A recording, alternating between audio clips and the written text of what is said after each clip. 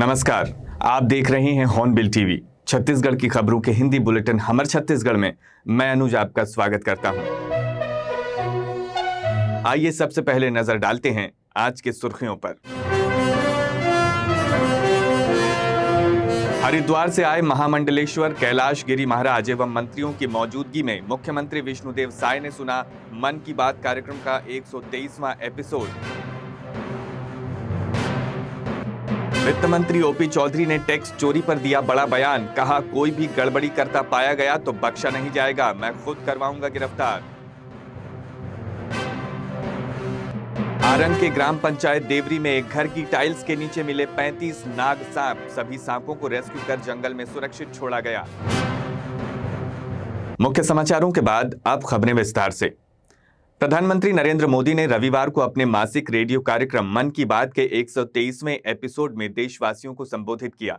इस अवसर पर छत्तीसगढ़ के मुख्यमंत्री विष्णुदेव साय ने राजधानी रायपुर स्थित मुख्यमंत्री निवास में कार्यक्रम को लाइव सुना। मुख्यमंत्री के साथ हरिद्वार से आए महामंडलेश्वर कैलाश गिरी महाराज, महिला एवं बाल विकास राज्य मंत्री सावित्री ठाकुर, कैबिनेट मंत्री लक्ष्मी राजवाड़े, विधायक राजेश मूढ़त समेत कई अन्य जनप्रतिनिधि और गणमान्य नागरिक मौजूद रहे। कार्यक्रम के दौरान प्रधानमंत्री ने आपातकाल के दौर को याद करते हुए लोकतंत्र की रक्षा के लिए लोगों के संघर्ष को नमन किया। साथ ही पर्यावरण संरक्षण और फिट इंडिया मूवमेंट को लेकर जागरूकता फैलाने की अपील की। मन की बात में प्रधानमंत्री मोदी ने भारतीय मूल के शुभांशु शुक्ला का भी उल्लेख किया, जो हाल ही में अंतर्राष्ट्रीय स्पेस स्टेशन गए हैं।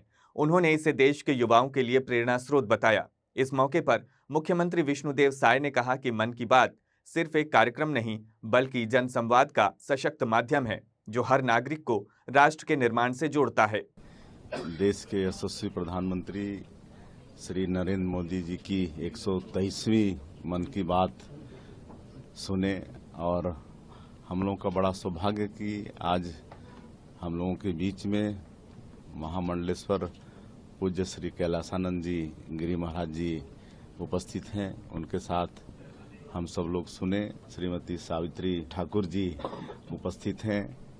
हमारे छत्तीसगढ़ महिला बाल विकास मंत्री श्रीमती लक्ष्मी राजवाड़े जी उपस्थित हैं। हमारे पूर्व मंत्रीगण, विधायकगण और हमारे बहुत वरिष्ठ जन, निगम मंडल के अध्यक्ष, सबके साथ हम लोग प्रधानमंत्री जी की मन की बात यहाँ पर सुने हैं। और हर बात प्रधानमंत्री जी नई कोई जो इनोवेशन हमारे देश में होते रहता है, जो हमारे लोग नया नवाचार करते हैं, उनको देश और दुनिया के सामने लाते हैं, तो उनका भी काम करने का मनोबल बढ़ता है और लोगों को भी उससे प्रोत्साहन मिलता है। विकसित भारत की बात करते हैं 2047 तक, तो उसमें सबका योगदान भी जरूरी है और सबको फिट भी रहना है और पर्यावरण की भी सुरक्षा करना है। और माननीय प्रधानमंत्री जी ने तो ठाना है आने वाला 2070 तक जीरो कार्बन डाइऑक्साइड उत्सर्जन का उन्होंने ठाना है और उस हिसाब से काम भी कर रहे हैं। हम लोग ग्रीन एनर्जी की ओर बढ़ रहे हैं, वृक्षारोपण पर ज़्यादा ध्यान दे रहे हैं।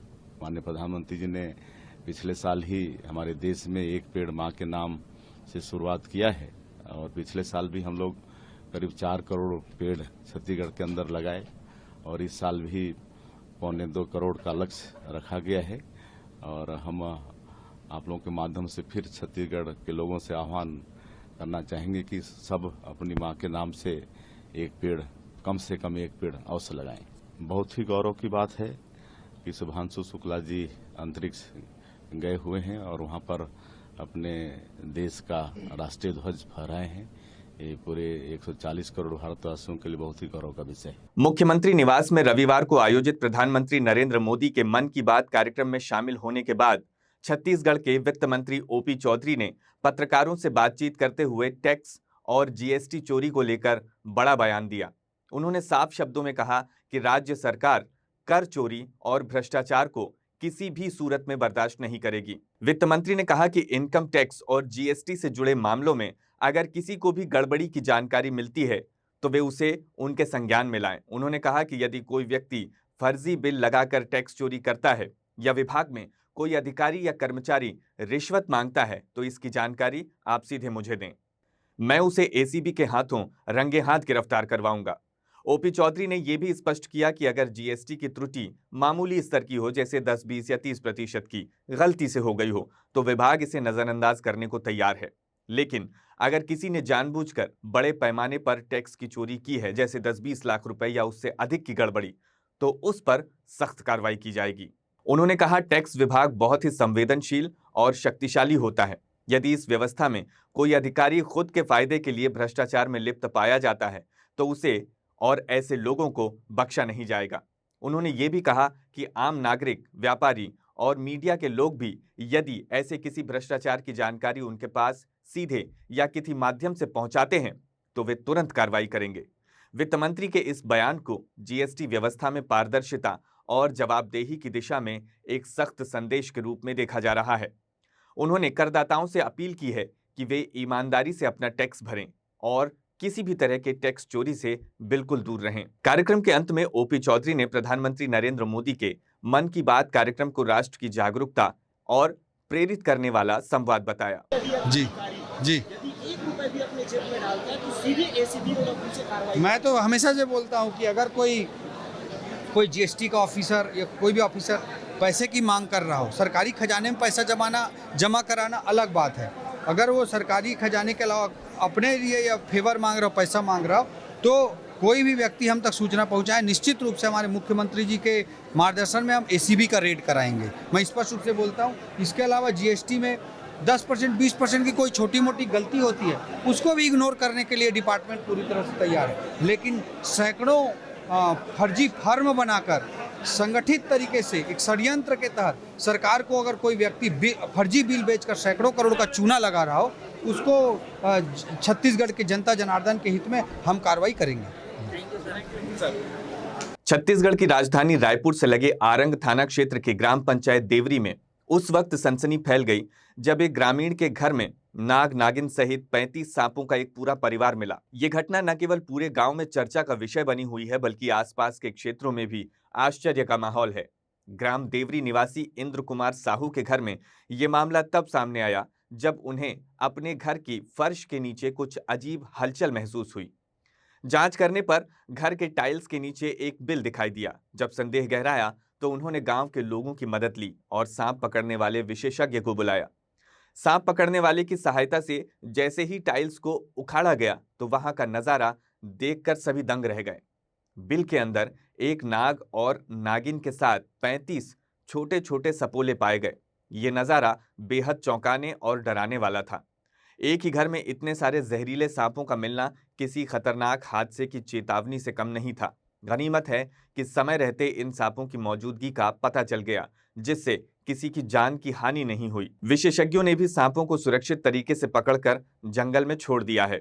इंद्र कुमार साहू ने बताया कि घर के भीतर अक्सर अजीब सी आवाजें और हरकतें महसूस होती थीं, लेकिन उन्होंने ये कभी नहीं सोचा था कि उनके घर के नीचे इतने सारे सांप हो सकते हैं। घटना के बाद गांव में दहशत का माहौल है और ग्रामीणों में अपने घरों की सुरक्षा को लेकर चिंता बढ़ गई है। वहीं ये घटना ये भी दर्शाती है कि सांपों के लिए गर्म और सुरक्षित जगहों की तलाश वे इंसानी बस्तियों में भी प्रवेश कर जाते हैं।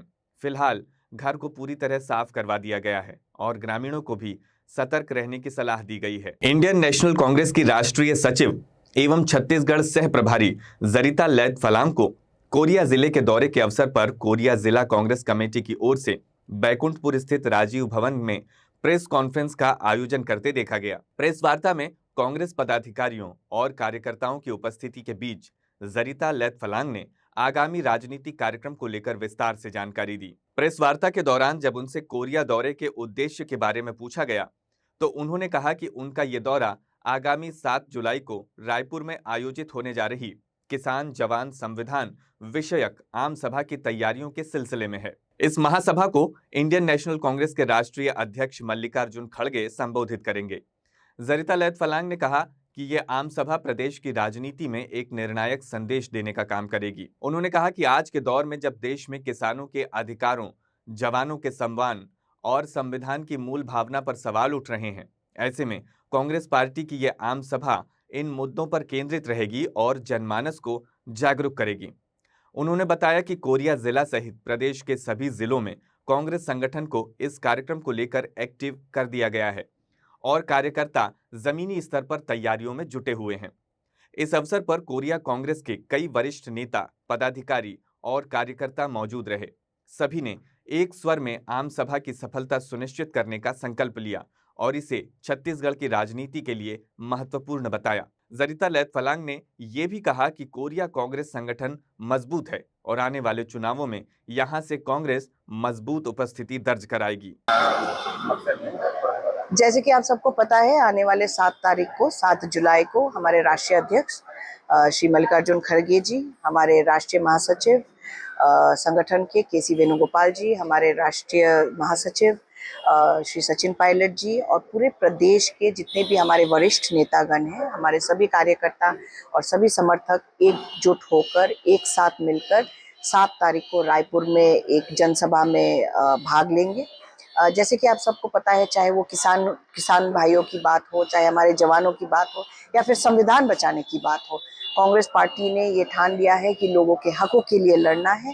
और इस जनसभा के माध्यम से, जिसका नाम है किसान जवान संविधान जनसभा, इसमें हमारे राष्ट्रीय अध्यक्ष आएंगे, लोगों की समस्याओं को जानने की कोशिश करेंगे और पूरे प्रदेश से लोग जाकर उनकी बातें सुनेंगे और किस तरीके से हम संगठन को और सशक्त कर सकते हैं उसके बारे में हम चर्चा करेंगे। दुर्ग शहर के खंडेलवाल कॉलोनी में स्थित प्रसिद्ध सराफा कारोबारी शांतिलाल कांकरिया के मकान में हुई लाखों की चोरी का पुलिस ने खुलासा कर दिया है। दुर्ग पुलिस की क्राइम ब्रांच और सिटी कोतवाली थाना टीम को इस बड़ी कामयाबी में 5 अंतर्राज्यीय चोरों को गिरफ्तार करने में सफलता मिली है। पकड़े गए आरोपियों में एक महिला भी शामिल है। ये पूरी वारदात एक सुनियोजित योजना के तहत अंजाम दी गई। आरोपी पहले ऐसे मकानों की रेकी करते थे जो लंबे समय से बंद हैं या ताला लगे हुए होते थे, फिर उन्हीं को अपना निशाना बनाते थे। इस मामले में कारोबारी के घर को काफी समय से बंद देखकर आरोपियों ने उसे निशाना बनाया। एएसपी विजय अग्रवाल ने प्रेस कॉन्फ्रेंस में जानकारी देते हुए बताया कि आरोपियों से लगभग 50 लाख रुपए का सामान बरामद किया गया है। जब्त किए गए सामान में 332 ग्राम सोना, 3 किलो 300 ग्राम चांदी और 9,76,000 रुपए नकद शामिल हैं। इसके अलावा चोरी की घटना में प्रयुक्त मोटरसाइकिल भी पुलिस ने जब्त कर ली है। पुलिस जांच में खुलासा हुआ कि चोरी के बाद आरोपियों ने कीमती आभूषण और नकदी को पुलिस से छुपाने के लिए जमीन में गड़ा दिया था। पूछताछ के दौरान आरोपियों ने इस बात को स्वीकार किया। इसके बाद डोर फ्रेम मेटल डिटेक्टर की मदद से जमीन में गड़े सामान को ढूंढकर बरामद किया गया। इस केस को सुलझाने में सीसीटीवी फुटेज की महत्वपूर्ण भूमिका रही। पुलिस ने फुटेज के जरिए संदिग्धों की पहचान की और उनकी गतिविधियों को ट्रैक करते हुए गिरफ्तारी तक पहुंचने में सफलता पाई। गिरफ्तार आरोपियों में 2 नागपुर, 2 राजनांदगांव और 1 महिला खैरागढ़ की रहने वाली बताई जा रही है। पुलिस ने सभी के खिलाफ संबंधित धाराओं के तहत मामला दर्ज कर उन्हें न्यायिक हिरासत में भेज दिया है। एएसपी विजय अग्रवाल ने पुलिस टीम की सराहना करते हुए कहा कि अंतर्राज्यीय अपराधियों को पकड़ना एक बड़ी चुनौती थी, लेकिन टीम ने सूझबूझ और तकनीकी सहायता से इसे मुमकिन कर दिखाया।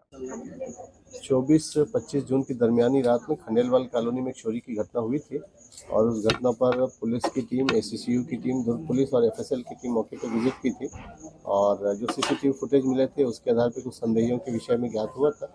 पुलिस टीम नागपुर जाके आरोपियों को पकड़ी और उनसे सामान बरामद किया। उसमें जो ज्वेलर्स था जिसके पास बेचे थे उससे भी सामान बरामद किए है और कुछ सामान इन्होंने जालबंदा क्षेत्र में अपने घर में गाड़ के भी रखा था, उसको भी पुलिस ने बरामद किया है।